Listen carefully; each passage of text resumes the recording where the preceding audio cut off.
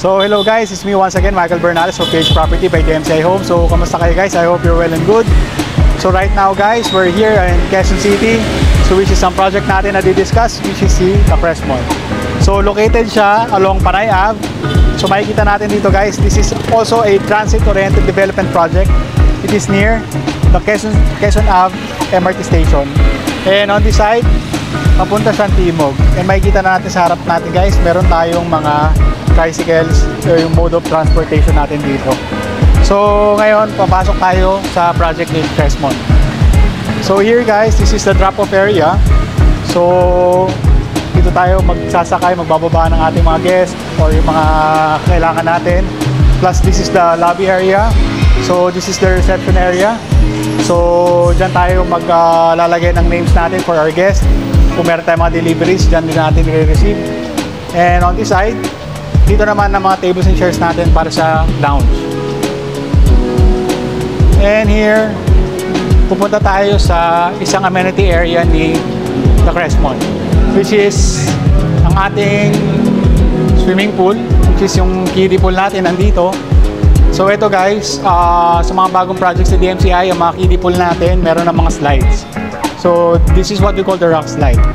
Kasi parang may mga artificial stone siya na naka-design. And there guys, so makikita naman natin ang ating children's playground area.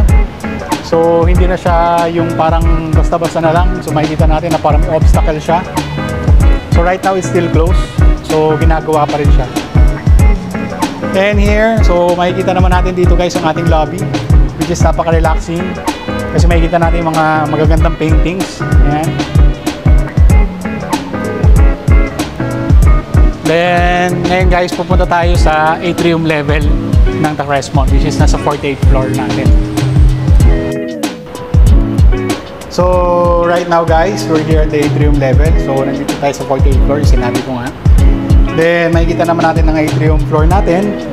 Meron tayong mga bench, mga plant box natin. So, and yung natural light natin coming from the roof deck.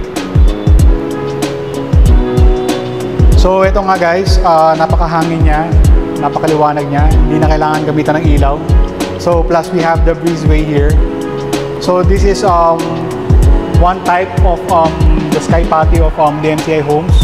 So hindi siya ganun kalaki compare sa mga Kai Garden and other DMCI projects. Pero still, ang ating ventilation dito is napakaganda pa rin and breathable pa rin yung space na meron tayo dito.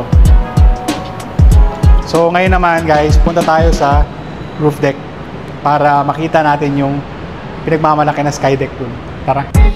So right now guys, we're here at the roof deck. So makikita naman natin dito kung ano meron sa roof deck. So we have the lap pool, open lounge, snack bar, toilet. So ito guys, papakita ako sa inyo rin yung 360 degree view of the city. So ito guys, makikita natin unang-una, ito may kakaiba. So meron tayong glass bridge dito. Then we have some bench na nandito and we have the open space there. So if may mga pets tayo, kung gusto natin mag-relax, yan, pwede nyo gawin dyan. And here guys, so yung sinasabi ko nga sa inyo, we have the sky deck pool na nandito. So we have a lap pool here, 4 lanes. Plus we have to get to see the Manila Bay. Makikita natin Manila Bay dyan. And yung Manila skyline. And here guys, makikita naman natin dito yung SM North, makikita natin dyan, the Solar North and the Vertis North.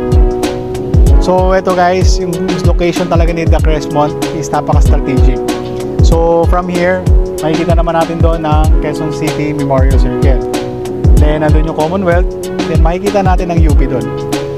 So here guys, alam na natin na napakalapit niya sa mga premier schools na meron dito sa QC. Plus dito guys, yung view natin is going south. So makikita natin dito yung Ortigas skyline. Yan, makikita rin natin yung Laguna Bay there. And also the Sierra Madre Mountains or the Antipolo Mountains na nandito. And since transit-oriented development project siya, makikita natin dito from below is the MRT. And here guys, ito yung lounge area natin dito and yung snack bar natin kung saan nakalagay. Plus, ito guys, paggabi dito, grabe ang ganda. Kasi yung painting na nailawan siya, so napaka-luxury ng dating nung itong lounge natin. So here guys, sa kabilang side, para at least makita natin din yung isang side ng lap pool.